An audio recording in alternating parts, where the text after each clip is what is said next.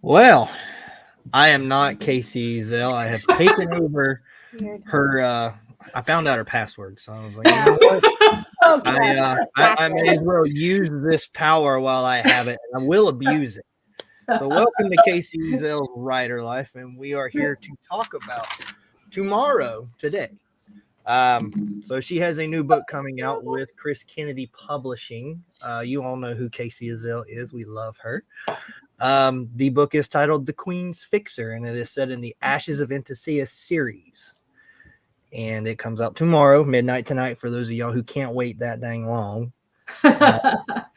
So right on my left, we have the awesome Casey Zell. And then we have Melinda Oflofsky down below me. She came out from under her bridge just to hang out with us today. I don't know if her currency to get over the bridge is a soul or a gold coin. I don't know. I know it covers the river Styx, so it's kind of, I don't know. You see this red hair? Obviously, I charge souls. Thank you. And then we have on my bottom left the beautiful Marisa Wolf. We're not doing phrasing anymore? Okay. Yeah, no, that's what I just said. Oh, no. It's fine. No. Marisa showered just for my show, so, you know. I did clean myself for the so we're going to be nice. Yes, you look beautiful. All right. So, Casey.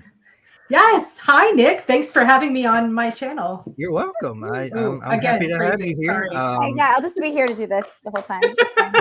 Don't bother changing the password. I'll figure it out again.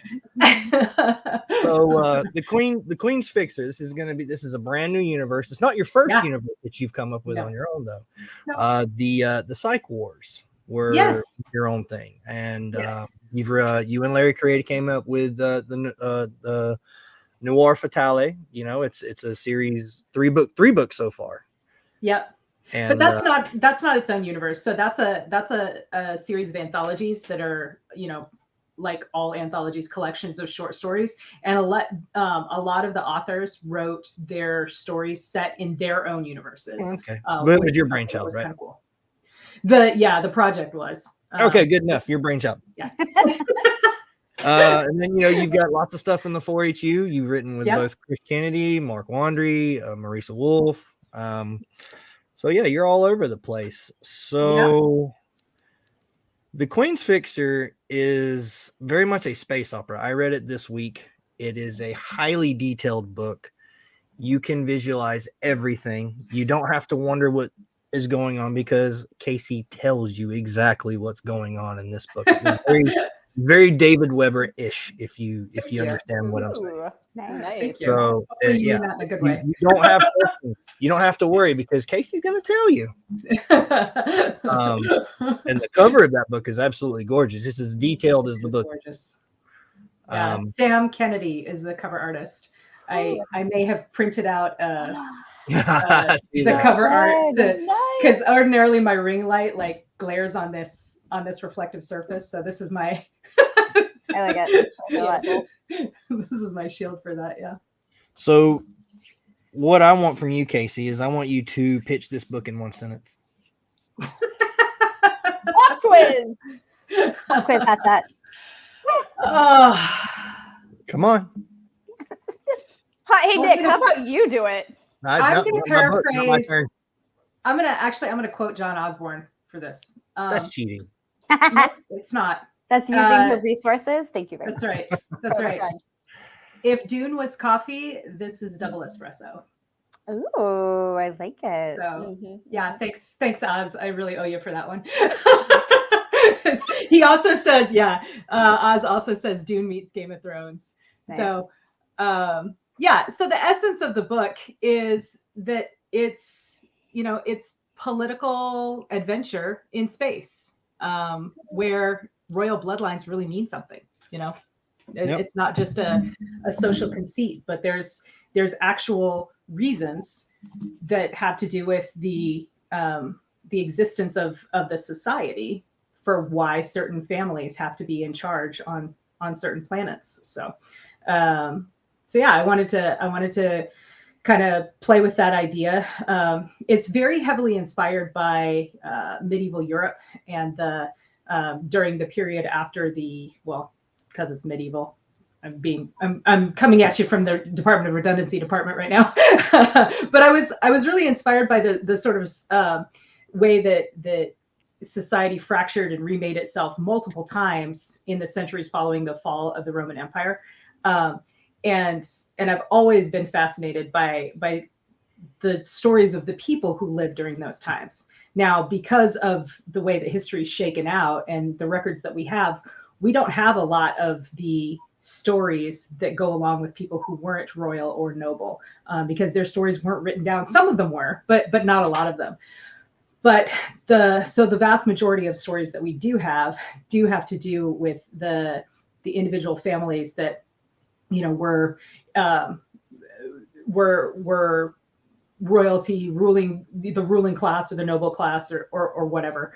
And one of the things that struck me about those is that because everything's dynastically based, what we end up having is we end up seeing family drama playing out with huge ramifications for not just their particular polity or their particular society, but like society writ large, the world writ large. I mean, if the Wars of the Roses in England had gone one way or another, the United States may not exist.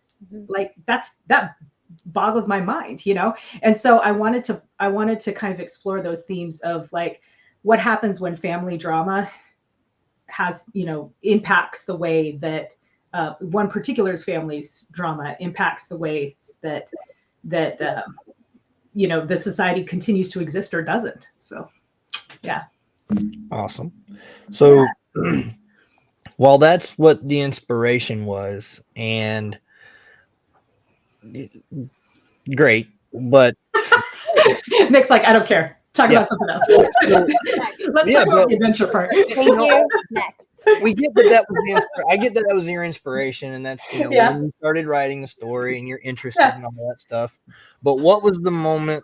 What was the thing that sparked the universe to life in your head, and how long ago was that? Like, how long have you been working on this to develop it? So the first spark was the concept of DNA linked nanite terraforming, because I asked myself, what would be a scenario in which royal bloodlines would matter? You know, because I'm as egalitarian American as they come, right? Like, you know, okay, cool, you're the Queen of England, nice to meet you. You know, like, you know what I mean? Like, I grew up, I grew up in the United States of America, and royalty is kind of an antiquated conceit as far as a lot of us are concerned. But actually, I would have been really honored to have met the late Queen, just because she was kind of a badass individual. Yeah. So I meant no disrespect, because I admired her work. But anyway, that's an aside. The point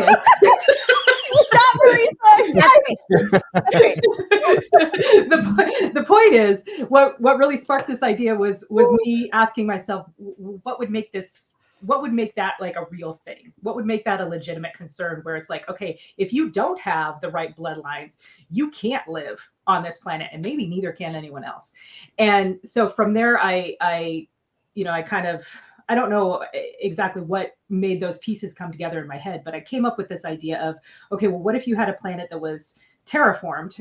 Maybe it started off as a near habitable place, but it was terraformed, and it was terraformed by means of nanotechnology. So we're talking, you know, nanites, or if you're not familiar with that term, you know, really, really, really tiny little machines, and like, yes, countless of them that seeded this entire planet. And what if, in order to control those nanites, or to keep those nanites functioning at the proper level, you needed to be able to give them commands, and in order to give them the proper commands, what if it was keyed to your DNA? So it was something that literally had to stay within your family. How would that work out? And what happens if you don't have the right family? And what happens if everyone dies? What happens if everyone dies except for one person and no one knows it? You know? So yeah, that's what we call foreshadowing in this business. Yes. So, oh, hi, Beth. Beth, just so everyone knows, Beth is the amazing.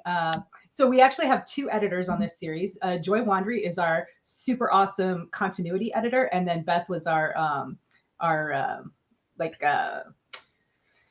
there are words for this, and I'm forgetting them. Copy and or development. Copy and line editor. Yes, thank you you so much, Marisa. I appreciate you. So Beth did a lot of really great work on this, and I really appreciate her. So thanks for coming by, Beth. Yeah. So on the subject of nanites, I think I know the answer to this. Okay, so there are specific nanites that are only used here, right? They're only used in specific family bloodlines on planets, right? The commoners don't have them, correct? Well, they do, but they're not the same. And that's what I'm getting at. Are there different types of nanites in this universe?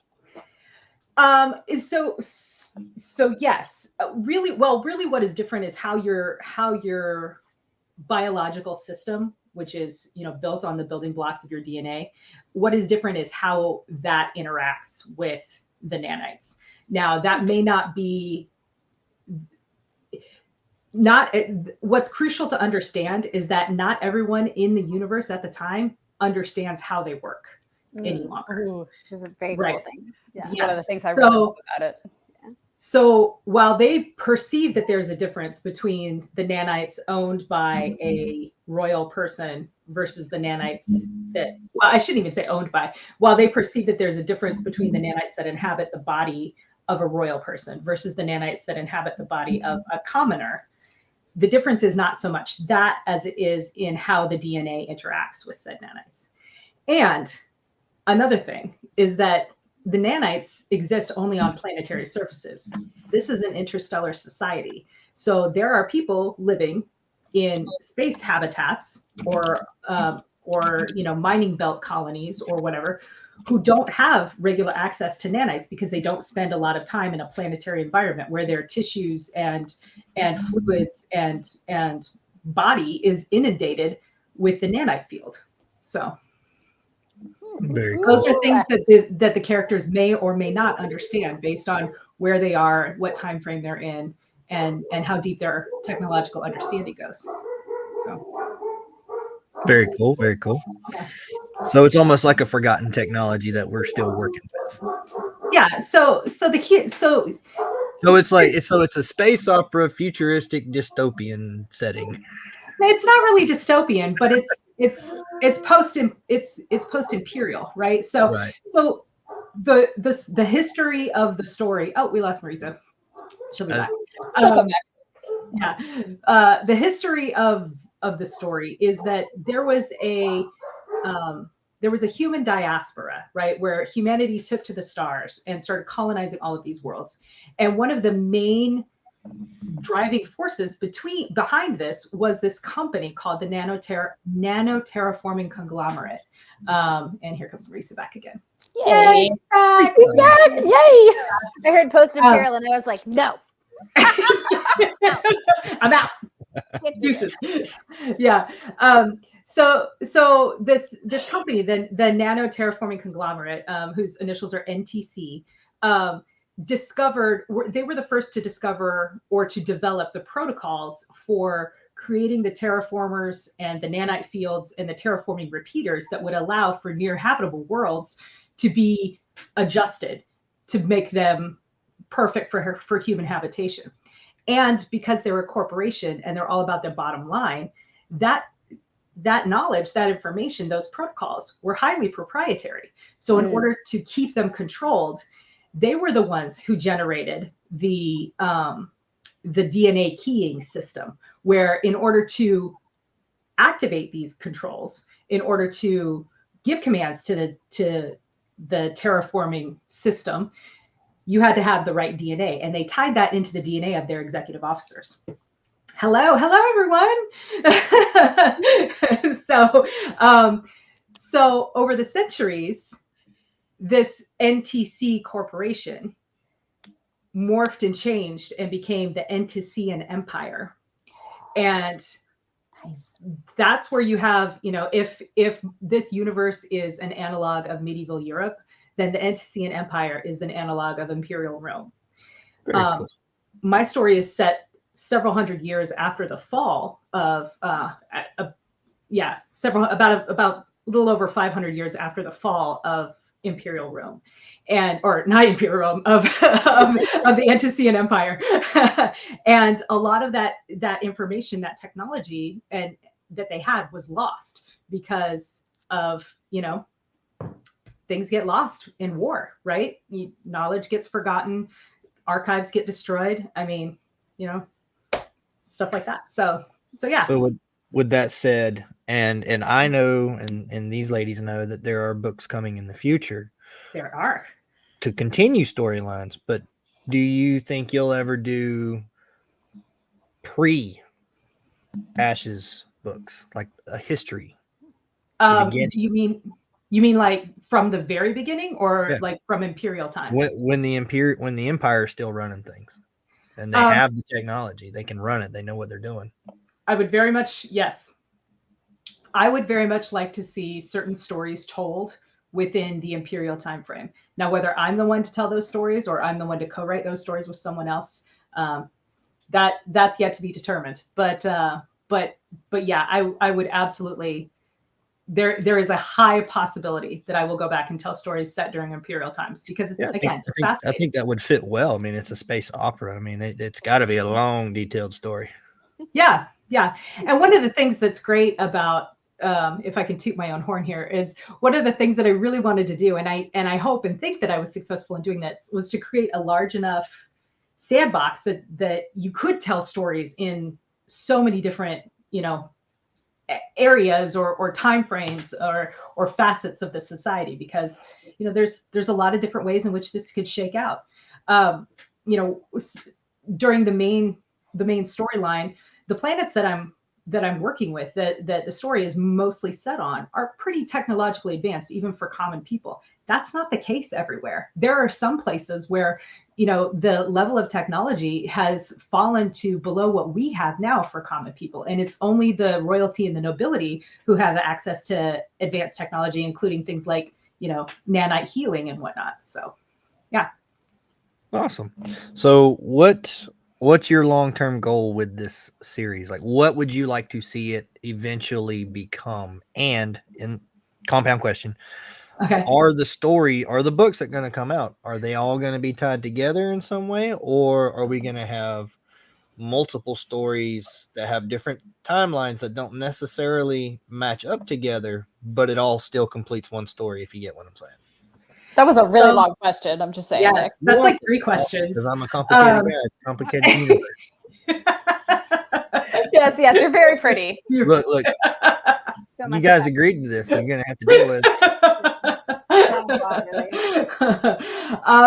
Let me answer your last part of your question first. I would like it to be somewhat sandbox-like, right? I would like it to be where there are multiple storylines that may intersect, but may not. The unifying theme, and really it isn't a theme, but the unifying element, I guess, is just that it's this setting. It's this setting of, this far-flung former empire that, all of these places have kind of had, been left on their own or had to make do as best they can, while they're slowly losing their technology, some at different rates than others. So yeah, I do. I want it to be kind of sandbox-esque. And in support of that, I am super excited to welcome other writers into this universe. So that I don't know. We'll just call that a teaser and leave that statement as it is for now. But you'll be seeing more, and I'm so excited to show you what this looks like through other writers' eyes as well. And in answer to the first part of your question of what do I want to do with this, like what's my goal with this? That should be fairly obvious, Nick. The goal is world domination. Yes. I'm already there. I'm already on that. Yeah, no, this was designed to be open-ended so that I could keep going with it as long as I wanted to, so that the stories can get as big as people enjoy, so that, you know, hopefully people really like the Queen's Fixer and get really invested in it and buy the sequels and want more. And as long as people want more, I'm here to give it to them, right? So you don't have an ending in mind for the main story for the series. You're just going to keep going as long as you can keep it going. So the first trilogy, which is done, right, has an end point, but those characters are still around, and the characters that they interact with are still around. So what I would like it to be is where there's, you know, arcs will conclude within the setting, but the setting itself will go on, and the collection of stories in the setting will go on. And yeah, you know, we'll write as many stories until HBO gives us a call. So basically, the characters think you won, and you're like, "Nah, surprise, motherfucker! No, you didn't." 20 minutes in, I can say fuck. There you go. Good eye. What? Let's see. So when I read the book, my favorite character is Dianarian. So yes, I that was my favorite character. For obvious reasons, when you read the book, you're like, okay, that's why Nick liked this fucking character. I'm not surprised. Yeah. No. Actually, I'm not going to give away anything about it because there's something this character can do that is hilarious, and I want you to stumble upon it just like I did because it was awesome. So that did you laugh out loud when you read it? Yes, I did. Awesome. I listened to it on my phone, and I was driving down the road, and I'm like, that's freaking awesome. Almost a goose hug. Yes. So who is, I think I know the answer to this, but who is your favorite character? Like, which one spoke to you more while you were writing? Like, who stayed in your head and you had to tell them, shut up? Yeah. So FIXER, the Queen's Fixer is told entirely through the point of view of Laytheen. And so obviously she's the one who stayed with me the most, right? Because I experienced the entire story through her eyes, as it were. What's that? She had shit to do. She had shit to do, right? Yeah, she had stuff to fix. And so I felt very close to her, obviously.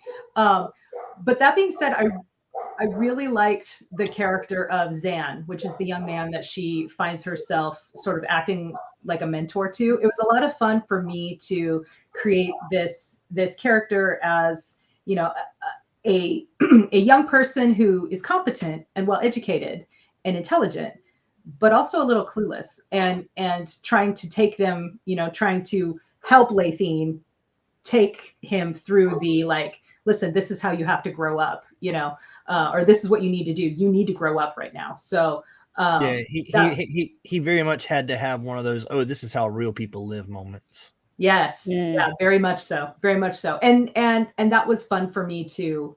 I enjoyed kind of creating that interaction. I really wanted to, and it's funny because I know this is probably like, you're going to think this is not professional, but just trust me on this one. Okay. Like, I know everyone says, oh yeah, my mom likes my books, but my mom is actually a really, really accomplished beta reader. Especially when it comes to science fiction and fantasy. She's the person she's the person who got me hooked on sci-fi and fantasy. And awesome. When I give her my books, she always is like, okay, do you want me to read this as your mom, or do you want me to read this as a reader? And sometimes the answer is, I want you to read it as my mom. And then she reads it and she says, like, oh, it's so good, Casey. I love it. It's great. Good job. You know. That's awesome.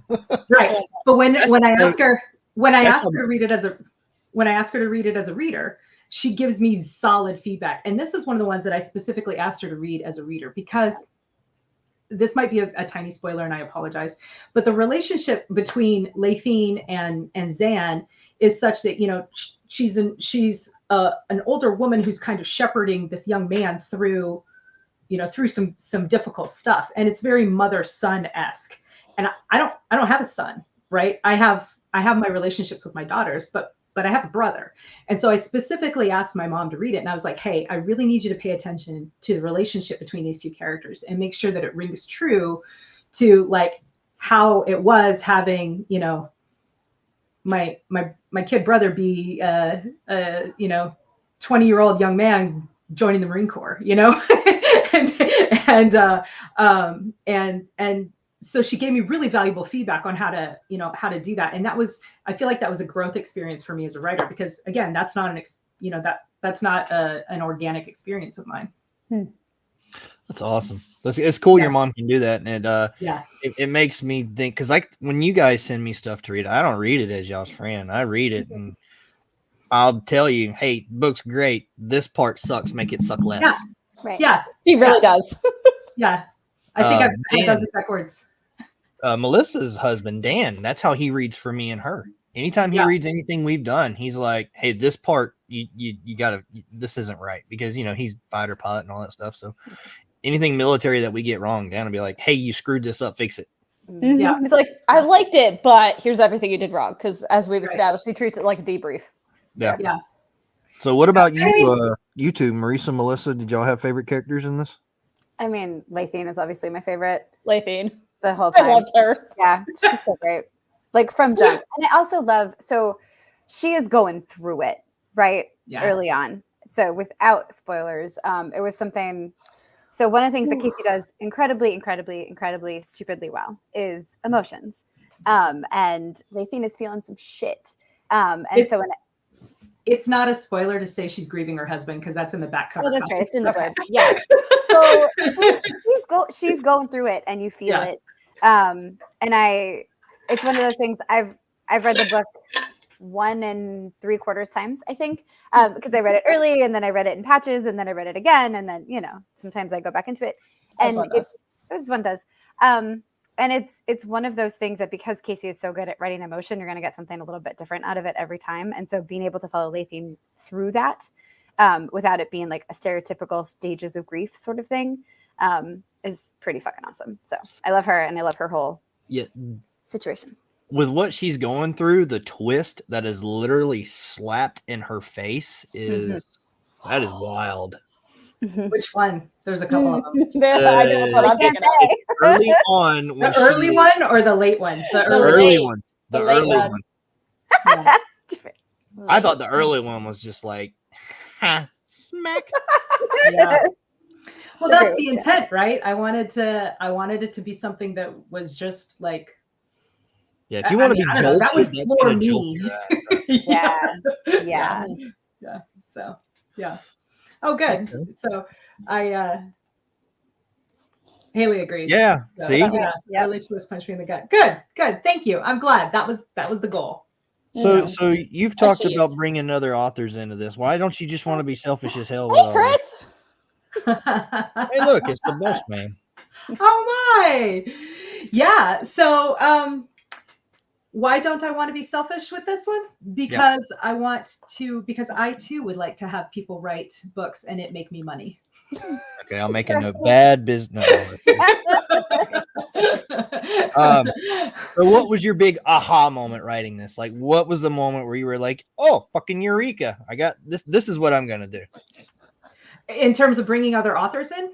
No. In terms of the story. Like, did you ever have a moment where you're like, oh, fuck, and then took off? Yeah. So that for me, so I'm a pretty intense plotter.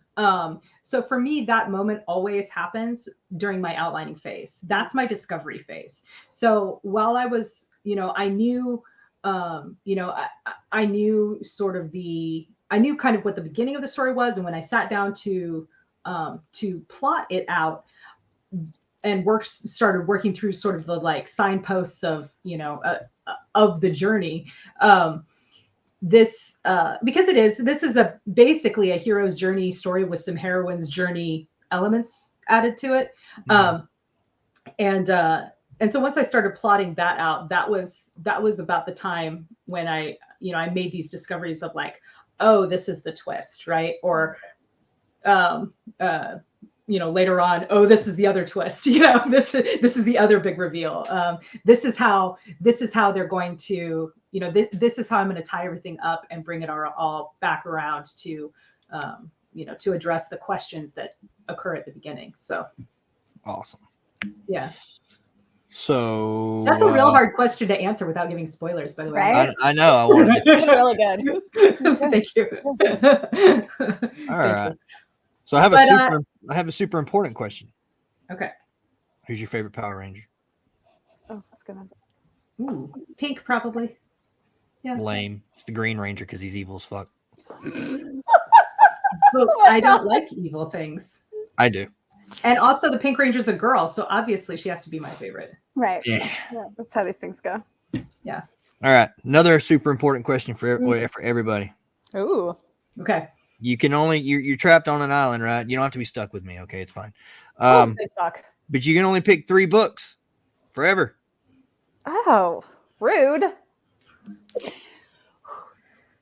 You got to read them over and over and over. Okay. Which ones? All right. So most of you know this already, but I don't make a big deal out of it. But I'm a pretty religious person. So I would choose my religious texts just because those are important to me. So yeah. All sorry. 3? We actually have 4. Oh, That's yeah. what we run behind. Okay. Whoa. New question. Oh God. Okay. Which one are you going to say? No, No, Nick. not you. No. You got to cut one. Which kid are you cutting off? No, I am I'm splitting hairs and taking ownership of this being like, and I'm going to say that because they're bound together in one book, it actually constitutes 2. So, There you go. Yeah. So we got the Bible and then the triple combination for those of you in the know of what that So it'd is. be your third book then, now that you've opened up a slot. Probably a journal that I could write in. Fair enough. My mom's here. We're talking about her. Hi, Mom. Hey. So, Marisa, Melissa. yeah. What about y'all? Whew. Melissa's like, which smut book do I want? I mean, She can do that in her head though. She doesn't need to. Right. Right, exactly. So Yeah. I'm going to cheat a little bit because why not? So my favorite indie author, Annette Marie, she did like the Kickstarter awesomeness like Katie Cross did. And she has her Red Winter trilogy, which is like, it's like a almost like Inuyasha Kami-sama Kiss, like fantasy romance trilogy. And it's an omnibus now. So it's one book because it's all together. I would also probably take The Black Griffin by Mercedes Lackey. Mercedes Lackey. Yeah. Nice. Yeah. And oof, dang. I got to go with Dragonflight. Nice. Anna McCaffrey. I have to. It was my very first adult fiction book that I ever read. So I think that one. Yeah. Nice. I would do Dragon's Dawn and McCaffrey. Can we be on the same island? Yeah, that's what I was thinking. We'll just All switch right, it. cool. Yes. All right. I would. No, because y'all gonna share books. That's not allowed. You didn't say we couldn't share. We're I not did too. I said you're alone forever. No, You you can just only said have 3 books forever. They're not on the same island, but they're on islands that are very close and linked by a sandbar. Y'all read can real stand loud up.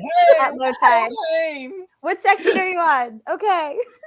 During low tide, they can wade to each That's other. great. I love this plan. Perfect. To be clear, if I'm in an island, if I don't die in 36 hours because of no fresh water, I will be entertained the whole time looking for seashells. So we're going to be fine. I mean, right? It's fine. Anyway. Melissa's gonna be like, I started a fire. Carol Casey's gonna be like, I got water. And Marisha's like, I found a shark too. I found a shell. I found a balloon. Okay. But you'll all be excited when I build a little house out of shells. You're welcome. Yes.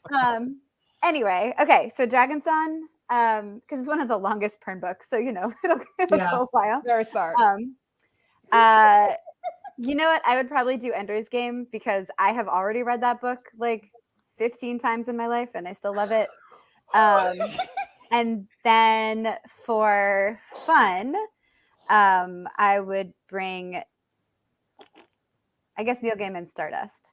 Ooh. But I'd be real sad not to bring any of the Rokosigan books because Lois McMaster Bujold is pretty freaking awesome. Yeah. I'm also losing my shit at Oz's comments about the Golden Girls Atoll. It is. It's the Golden Girls Atoll. Yeah. Thank you so much. We would have much more than 9 books, though, to be clear. Right. I would take the Deadpool Omnibus. I would take Hitchhiker's Guide to the Galaxy. Ooh, yes. And 20,000 Leagues Under the Sea. Oh, nice. Well, Jules Verne. Nice. Secret about Nick. I love Jules Verne. I've read everything. Yeah, that's fair. Yeah, it's good. It's good taste. Yeah. I like it. I read all. And if I'm stuck on an island surrounded by ocean water, why not read about giant freaking squid? Right. Yeah, maybe the Nautilus will come save you. Right? Seems legit. I like Seems legit. Okay. So, Girl Casey. You're the only Casey on here. I don't know why I'm calling you Girl Casey. I love it every time, though. It's okay. I'll answer to it. So this is not the only book. We've established that. So the Queen's Fixer comes out tomorrow. Tomorrow. One. The day before my birthday. That's very cool. Happy birthday.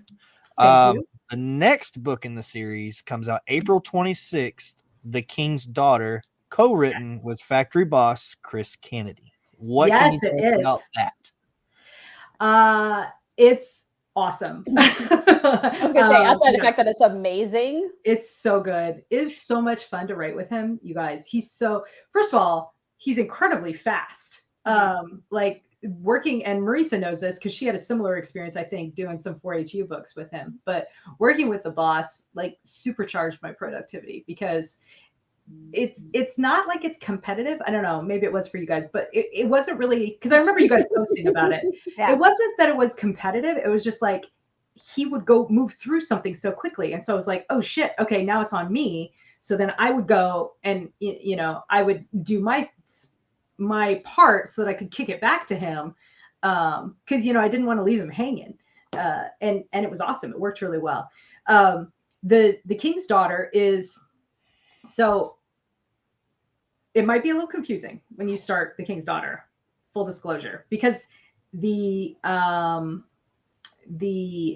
main characters of The King's Daughter are not the same as the main characters of The Queen's Fixer. But yeah, Chris says, don't leave me hanging. So just like we had the mother-son relationship in the Queen's Fixer, the primary relationship that's at the center of The King's Daughter is one that is, again, found family, but is very much father-daughter. And if I couldn't write mother-son because I am a mother, but I don't have a son, I definitely can't write father-daughter. I could write the daughter part of it because I have a father and he's amazing. And I'm one of those people who's fortunate enough to have a father who's amazing and then a stepdad who's also amazing, right? Mm-hmm. So, bully for me. But I don't know what that looks like from the opposite side, from the other perspective. So that was the primary reason why I first reached out to Chris, was like, hey, I want to write this second novel, this story. And I need someone who's familiar with what this feels like to have, to be a man, a competent leader, and then have this person that is your daughter or like your daughter that you feel this affection and this protection for. And I can imagine what that feels like, but I don't have the genuineness of it. And I knew Chris did. So I approached him about co-writing it with me. And also that character is also like a naval officer, which Chris is as well. So it worked out.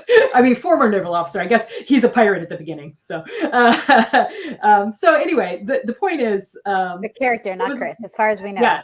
No, as far as I know, Chris has never been involved. No judgment if he is. No, right, Agent Johnson. It's nothing. It's fine. It's fiction. It's book research.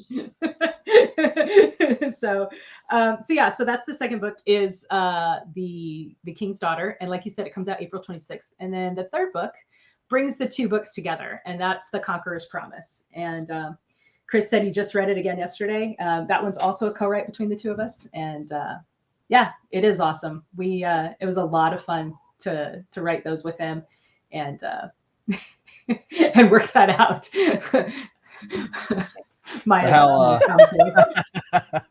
How was it kind of a jolt to turn around? Like you're very much a plotter. I know this. Chris is more along my lines and is a pantser, discovery writer, however you want to say it. So I'm very chaotic when I write. I just ask Melissa. So how was that? How'd that go? Like, was that a jolt for you, or had you already done that with someone who was a pantser before? So I have worked with a pantser before. Mark Wandry is a pantser. And I insist that because we are, and in fact, your dad is a pantser too. Yep. And I've worked with him as well. Yeah. But I think that with any co-write, at the very least, you need to have at least a skeleton outline, so that you don't end up overwriting one another, if that makes sense. Melissa got what she got, and she had to deal with it. Wasting time. So what I did with both of these books, with both the King's Daughter and the Conqueror's Promise, is I outlined them. Now I outlined the King's Daughter. I outlined Chris's parts a little bit more detailed in the King's Daughter, for reasons that might be spoilery. So I'll just leave it at that. But then I outlined it to the level of, this is a scene and these are the things that need to happen in the scene. And then he would just write the scene and let it kind of go as it did. And occasionally he was like, hey, we're going to go on a little side quest here. We're going to do, something over here. And I was like, that's great. That's awesome. So with that in mind, I was able to, when it came time to outline the Conqueror's Promise, I was able to go and say, okay, at this point, this character goes off and does piratey things with shady people off in this corner while this other stuff is happening. And Chris took that and ran with it, and it came out really well. So that's awesome. That's awesome. Yeah. He was allowed to chase his squirrels. That's good to know. Well, I mean, it comes out great when he does, and so it would be dumb of me not to take advantage of that, just because I have to know exactly what's happening in each scene. Yeah, I find that my most creative stuff happens when I don't have a plan at all. I find that I get stuck and then I get anxious about it. And so I prefer to have the plan. Yeah. That's true. That's true. We did end up changing the ending a couple times. But for the better, I think. So. You ever write an ending and then just wrap the whole story around because you want that last sentence in your book? I've done it. I try not to. I try to make it the ending that it should be. But I will say this, I do strive for the perfect ending line. Like right Melissa and I were like the mic drop. Melissa and I were children at some point. We derailed the entire story to make one line that was just a joke that we thought was hilarious. So we derailed the story midway through the book to make that joke. Was this in Hyenas? Yeah. That checks out. Yeah. We did that at least 3 times. Yeah. Yeah. What have we not covered? Anything you really want to get covered on this? Just like I said, the Queen's Fixer is out tomorrow. You can get it as of midnight. It is. I really hope you guys like it, and if you like it, please tell your friends, leave reviews. Let's make this one big, right? I did sort of allude to this earlier, but I'm going to be a little bit more explicit. Future plans for this universe include an anthology featuring stories by myself, by Chris Kennedy, by Marisa Wolf, by Melissa Olthoff and Nick Steverson, by just a bunch of other people that I don't want to give away too many because I don't know how much I'm allowed to say. By authors, right? But this might be a clue. So yeah, it's that anthology will be out this summer. We're targeting July. The working title for it is Remnants of Empire, and we're going to start to see some of those like scattered stories, right? That we wouldn't necessarily see, or that we won't see at all in just the main line, right?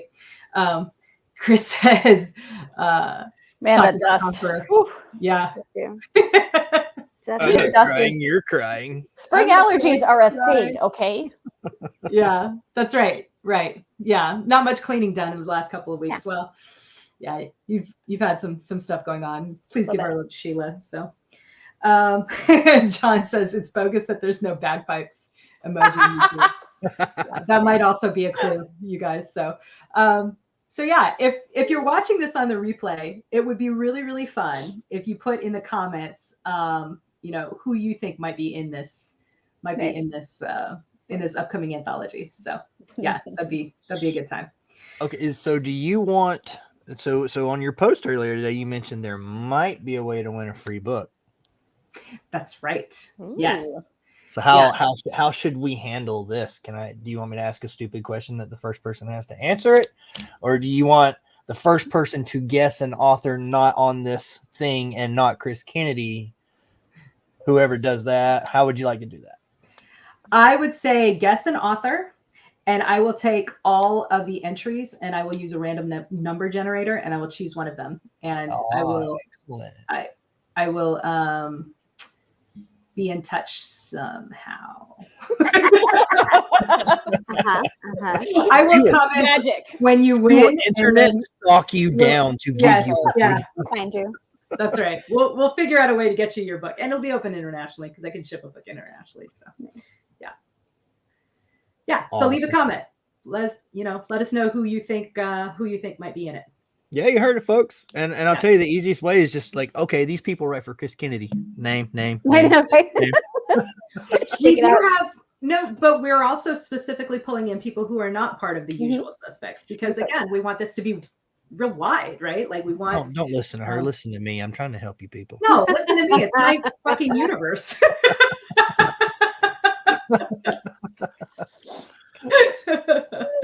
But I'm excited. Melissa and I have talked about what we're gonna do. We'll be in touch soon. But I was gonna say, were you gonna talk to me about it? Because you need to. Well, we've been like, oh crap, what the hell are we gonna do? I'm just sitting back and I need some popcorn for this. Yeah. I'm gonna have popcorn in a little bit. I heard there were Vikings involved. I don't know. We'll see. Hot Viking. I get to write my stereotypical characters. It's gonna be great. Hot Viking, space Irish princess, and go. Things happening. Things. Yeah, that's right.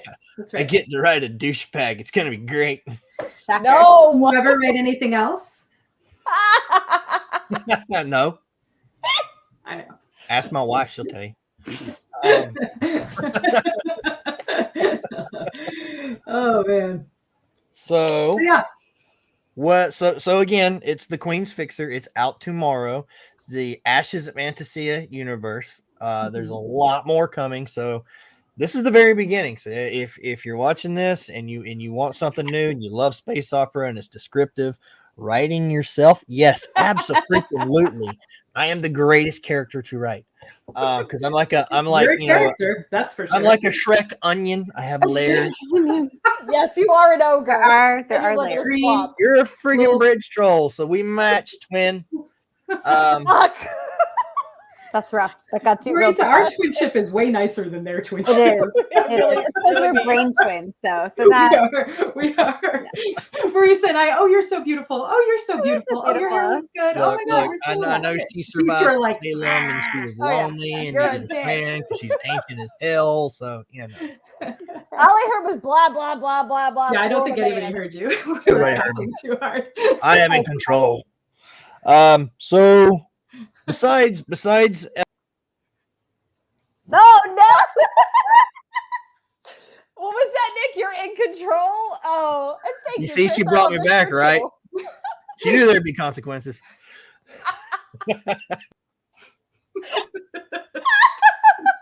Well, I'm unafraid of consequences, so we can do this all night. Marisa knows I will not back down. She knows. I went many trips to the grog, okay? I find my own way to win. As long as I'm amused, I could give a shit. It's fine. You can destroy yourself as you like to, as long as that was probably the most fun 4-H banquet ever. The amount of times you sent Nick to the grog was fucking It was amazing. delightful. And things have evolved. I was not sorry. The last one I had, I was just like eyeballing her as I'm drinking it. Went sideways. It was great. It was really There good. is one thing I'd like to do, Nick. I don't know if I think maybe you can't see them. But if you're hanging out in the comments and you have a question about the bye, Leah. Oh, yeah. If you have a question about the book or the series or anything like that, throw it in the comments and I'll highlight it, and then we can talk about that too. So Yeah, definitely. Mm-hmm. Anytime on these videos, you can just leave a damn comment. We'll get to you at some point. yeah. I mean, we got to fill this shit with content, and we run out of shit at some point. Look, I was professional for once in my fucking life. I am proud of you. And it's upside down. I made fucking notes and shit to talk about. So And I ran out 40 minutes in and 30 minutes in, and I've been winging it since then. That's what them little 3 seconds of fucking pause there is. I'm in my head going, what the fuck do I say now? Because I don't do this shit. You ran through your questions. my too God. I fast. ran through my questions too fast. I'm like, oh, look, I got that That's good. many. I'm good. No, fuck, I wouldn't. No. Yeah. Nick needs to host more of these because this is amazing. This is fun. I think we should make Nick the perennial like launch party host and just make him do it all the time. Not nice. It's not nice. I'm so nice to you guys, and you're gonna do this to me. Yes. Steve would like to know if the book has any adorable aliens with interestingly derived digestive systems. Yes. The answer is yes. So if that's your jam, you're really gonna like it. Yeah. Oh Lord.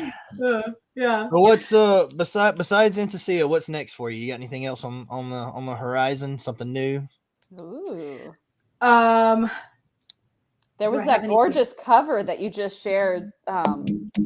You know, Yes. maybe a sequel to So something. we have turned in, we being Tom Kratman and Justin Watson and I, we have turned in the second book in our Romanov Rising series, or Romanov Reign series. It's called 1919 Romanov Rising. It's, that's our alternate history telling of the Russian Civil War. Hi, Jonna is here. You are correct. You are correct. You are correct, Charlie. I am the hottest with the mostest. Okay. No. You had it right the first time. They always say don't second guess yourself because your first answer is usually right. Nope, he's right. He's right. He is the hottest ogre in the swamp. So, I'm not a lady. interesting fact. Jonna Hayden was actually Tuckerized in this series. Hey. Very cool. Yeah. So I don't think she knew that, but congrats, Jonna. Hey. I hope you enjoy your cameo. It won't come out until it's not in the first book. But yeah. So every outfit that I have Lathine wearing, I imagined it based on something that Jonna has made, and I someday want her to make that outfit for me. Please, thank you so much. I love it. That's awesome. Yeah, really, for sure. For real. Yeah, So cool. yeah, she's incredibly talented artist. You know, Dopey. clothing artist. I don't know what the right word is. Designer. Oh, designer. I was gonna say she was Tuckerized, but I didn't know. It wasn't until I just opened my big mouth, Chris. So there you go. Congrats. Now it's coming out. Circle of trust. Community information. Circle of trust. It's fine. Here we are. In No, that's right. all of The you. internet won't tell anyone. No, everything stays secret. That's right. Well, yeah, man, we love you. Mhm. She sews a Aw. little bit. Yeah. Yeah, You rocked them. she does. That's like say we write a little bit. Mm. Yeah. Yeah. I took Melissa into a space troll. You need new lines, man. He calls me fat too all the time, and I'm like, No. dude, have you had a hard day or something? I mean, damn. You're reaching. I'm just trying to make her cry. That's all. I have no soul, so I don't know why you're. I know wasting you your don't time. have a soul. Yeah. But if I could get you to cry, ginger tears go for like $180 on the black market. So, you know, it would be worth it. Dan's got vials hidden around the house. Oh my god. Yes, as he is the donkey. Fuck the dragon. Bacon. Oh my he immediately goes to dragon That fucking. makes so much sense. That makes so much sense. Now we know. Now we know how we got Where's here. Jeremy? Where's producer Jeremy with the porn thing Right? across the screen? He did it once. Sorry, wrong channel. Yeah. Like, he did it Wrong once. channel. He's good. Yeah. Oh man. So where can we find you in person in the future, Miss Ezell? So I will be at Fantasy in April, and I will. Thanks, Jana. Yeah, I will be at Fantasy in April with these two. Are you gonna be at Fantasy, Nick? No. No. Oh, we'll miss you. But yeah, I'll be at Fantasy. I don't know. There it is. There it is. There it is. We can count on you. Yeah. I don't know if I personally will have books there, but I can pretty well guarantee that Chris will have them at the Chris Kennedy Publishing booth. So you will be able to get the Queen's Fixer there. And then the King's Daughter book 2 comes out shortly after that. So that'll be very exciting. And then I will also be at LibertyCon this June. I will be the Mistress of Ceremonies. So that'll be a good time. Looking forward to that. And then I will also be at DragonCon for sure. And that is all that I have determined 100% for this year. There may be other appearances, but I will update as we get closer. So, and then that's where you can find me in person. That's what you asked, right? Yeah. And you have the details and stuff are all in the description. But yeah. Awesome. So. What about you, Marisa?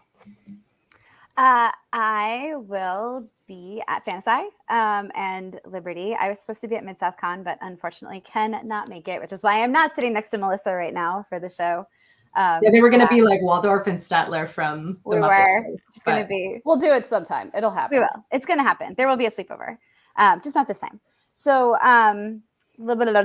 so Fantasy and LibertyCon, I will be virtual paneling for Balticon Memorial Day weekend. DragonCon in that time that DragonCon happens, Labor Day weekend, and then Deep South Con in Helen, Georgia in October. Nice. Yeah. Awesome. And worst for last, Melissa?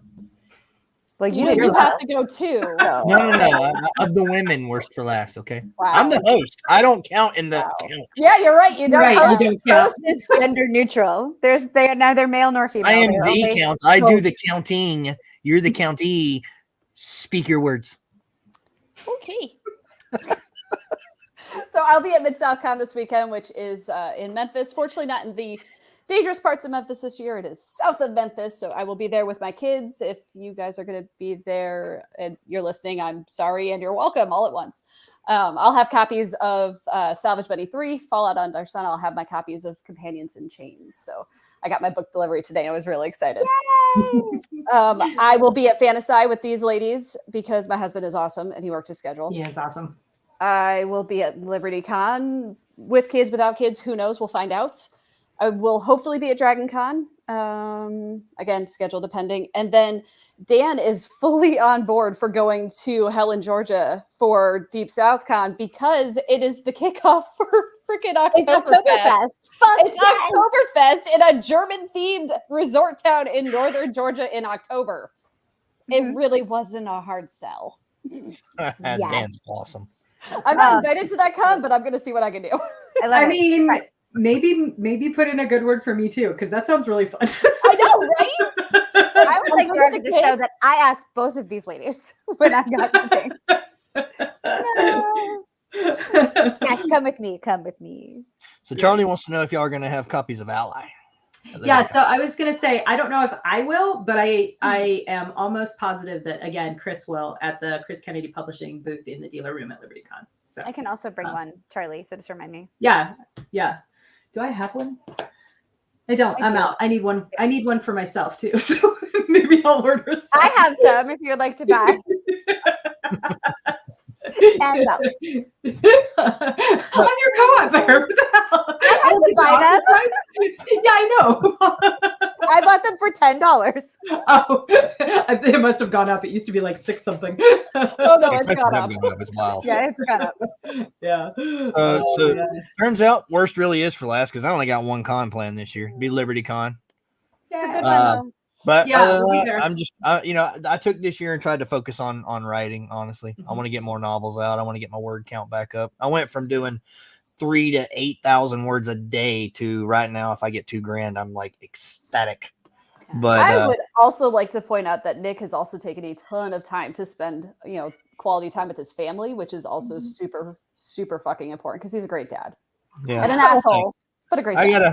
I gotta learn that. I gotta get balance, man. I suck at It's balance. hard. It's hard. Sure. Yeah.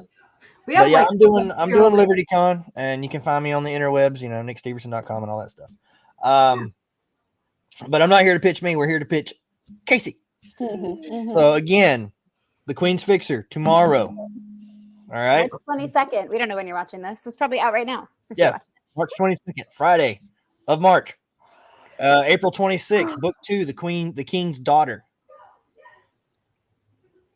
I didn't talk about cornhole. Shady did. You always talk about cornhole. That's because if you start shit with Nick, he will I finish it. respond. I don't know if I'm gonna make FactoryCon because we have to pull the kids out of school. So Yeah. That's our problem too, unfortunately. Yeah. Dang schools.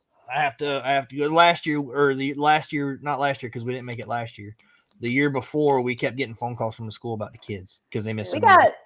We got slapped with a truancy notice for our kids, despite them doing all of their schoolwork and homework. It was wonderful getting that phone call. So schools have gotten a little tougher than when we were kids.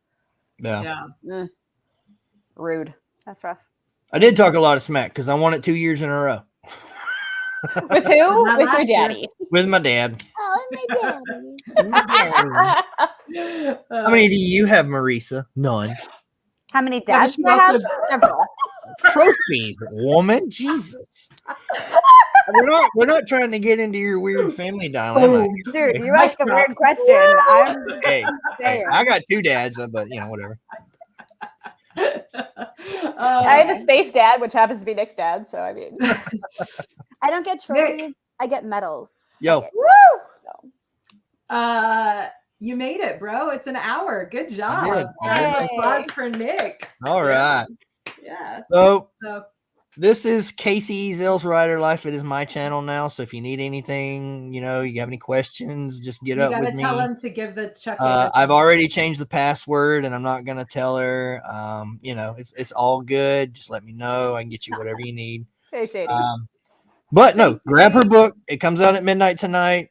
It's available March 22nd. The Queen's Fixer. Go get it. And that's it, folks. Ba-deep.